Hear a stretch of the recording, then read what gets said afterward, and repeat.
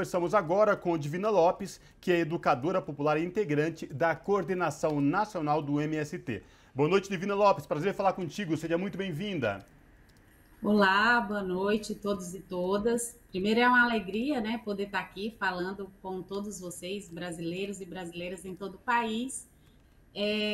Eu sou Divina Lopes, falo aqui direto da região amazônica, moro no Maranhão. Legal. Então, acho que esse é um momento bastante delicado, né, da história do nosso país.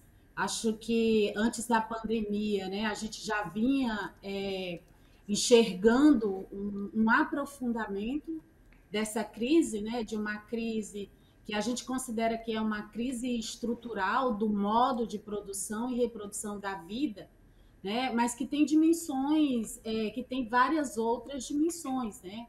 A dimensão de uma crise ambiental aprofundou bastante, né, a destruição ambiental em nosso país, uma crise política, a gente tem visto, né, cada vez mais dificuldade do povo brasileiro e né, se sentir representado, né, pelas instituições, uma crise que tem uma proporção mesmo de civilizatória, né?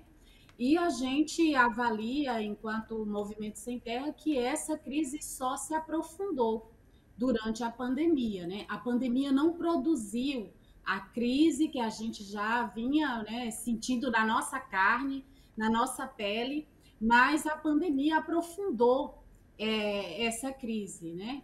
E a gente tem acompanhado aí os dados, né, nas diferentes regiões do país, que a fome, né, a ferida da fome voltou a doer, né, com muita força em nosso país, né? Algo que a gente já vinha num processo, né, a fome, a miséria, a gente já vinha num processo aí de enfrentamento, de superação, mas a ferida da fome voltou, né, a doer com muita força em grande parte da população em nosso país. E a gente percebeu, se a gente for olhar, né, para os números, para os dados, que, né, a fome duplicou no Brasil pós a pandemia, né? A gente já vinha ali a partir de 2019, 2020, a gente já via aí num número crescente de pessoas, né, que passam fome em nosso país, e esse número duplicou em 2021. E a gente vê que ele é ainda mais delicado nas regiões do país que a gente tem, né, o maior número da população em situação vulnerável, né? Isso não quer dizer que a gente enfrente, né, a questão da fome em todas as regiões, como é o vídeo que a gente viu, que é um vídeo de São Paulo, né? Mas se a gente for olhar para os números, a gente vê aí que a situação da fome é ainda mais delicada na região Nordeste e na região Norte do país, né? E é muito interessante a gente vincular essa situação da fome, né, com a política que está em curso no nosso país, né? Essa fome, ela não é natural, ela é produzida, né? Uhum. Nós temos um país com uma capacidade enorme de produção de alimento, então essa fome, ela não é natural, mesmo com a pandemia que a gente está enfrentando, essa fome, ela é produzida, né? E aí, se a gente for olhar, a gente tem aí dois fatores, né, que eles são determinantes na produção da fome. Um dos fatores é a política que está em curso em nosso país. A gente viu aí, a partir de 2019, 2020, 2021, né, um circuito perverso de desmonte, né, dos direitos sociais, né, das políticas públicas que atendem, né, a população brasileira. A gente viu o desmonte da Previdência, a gente viu o desmonte, né, das leis trabalhistas, a gente viu o desmonte da política, né, da política de reforma agrária, da política ambiental. Então, é uma política perversa que está em curso, que contribui para o aprofundamento da fome, né? Mas a gente tem uma outra dimensão aí também que a gente poderia dizer que ajuda a produzir a fome em nosso país, que é o agronegócio, né? Sem dúvida.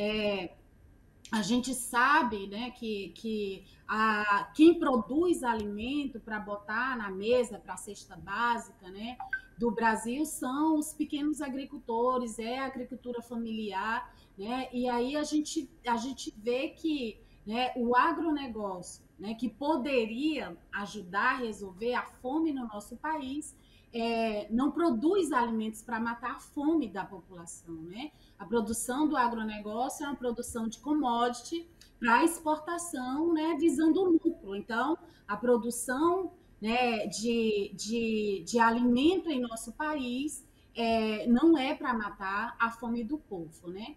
Então, a gente poderia dizer aí que existe uma articulação aí de uma não política de Estado para enfrentar a fome, né? E o avanço da produção de commodities, né? O avanço da produção de monocultivos em nosso país, o que agrava mais ainda, né, a situação da fome e a situação de violência.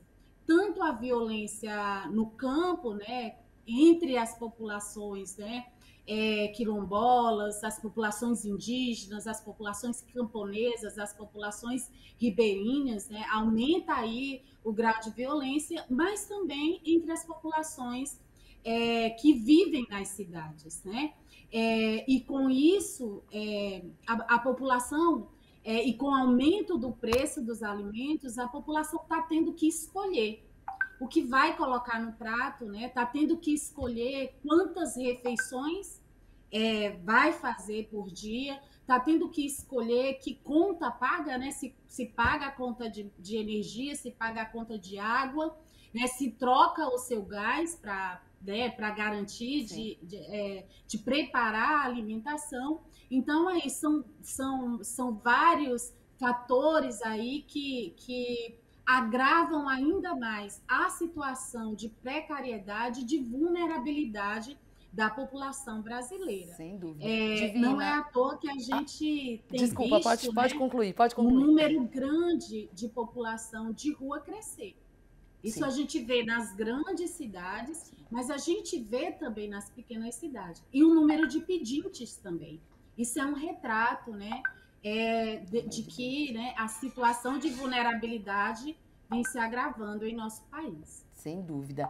Divina, bom, eu creio que você fez um cenário aí muito bem detalhado da tragicidade, né, que a gente está vivendo. E aí eu queria falar um pouco de resistência contigo, das ações do MST, com destaque para as cozinhas comunitárias.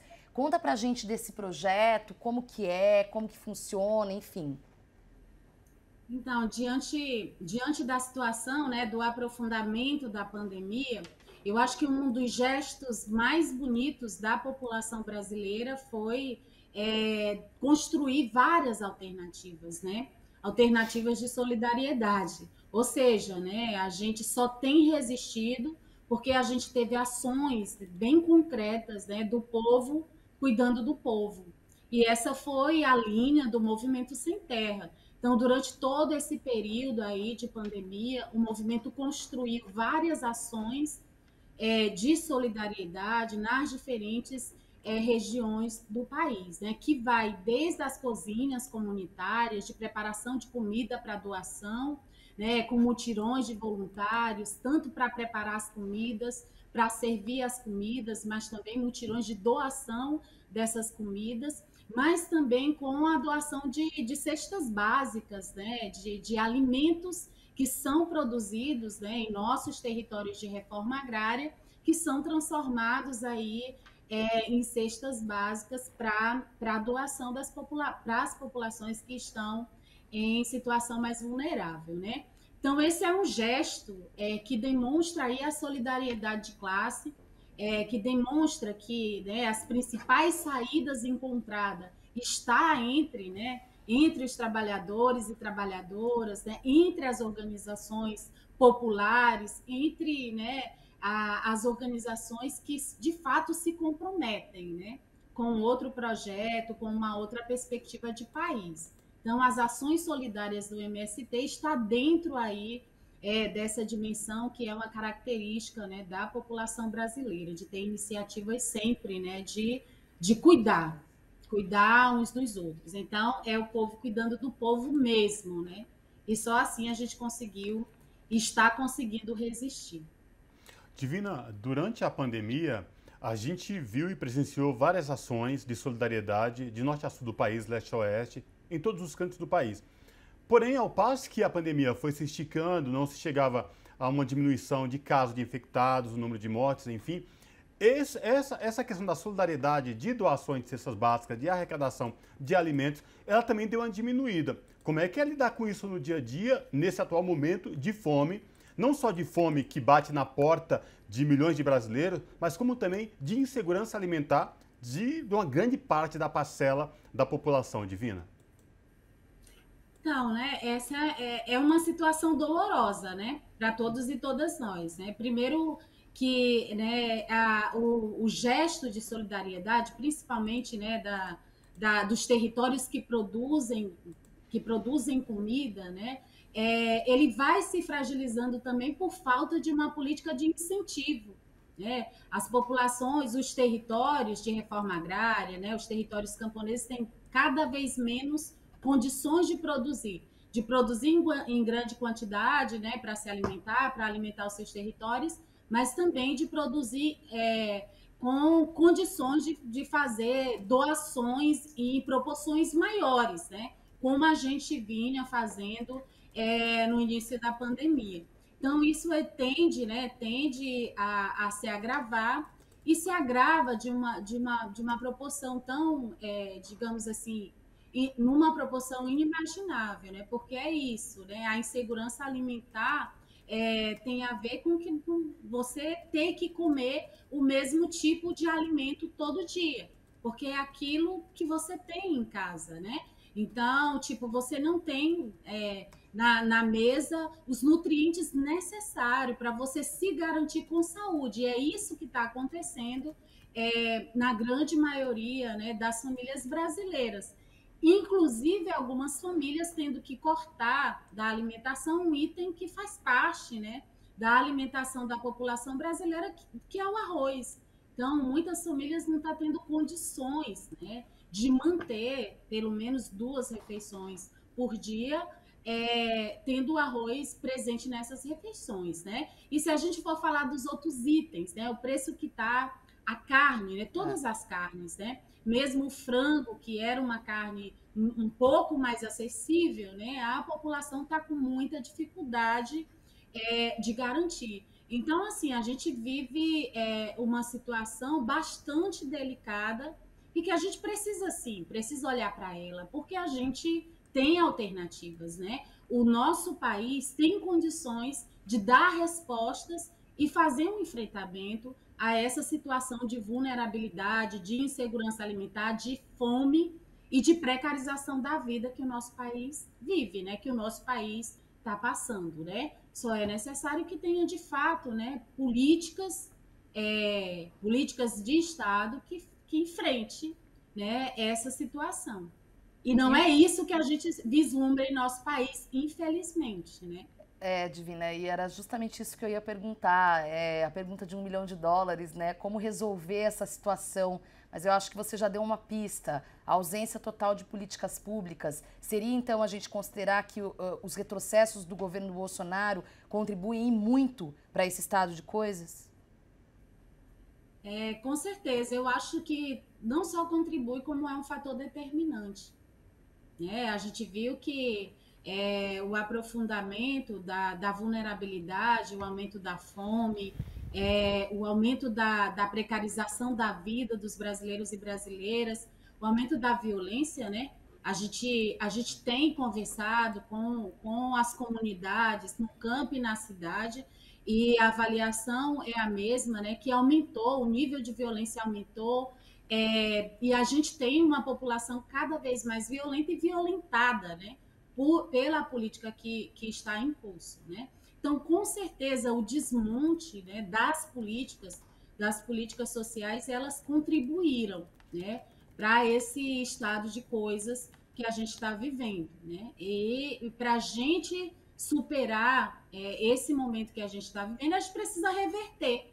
Não tem outra, né? Não tem outra alternativa a não ser reverter essa situação que a gente está vivendo. É isso, muito bom. E com isso quero agradecer Divina Lopes, educadora popular e integrante da Coordenação Nacional do MST. Divina, muito obrigada e até uma próxima oportunidade.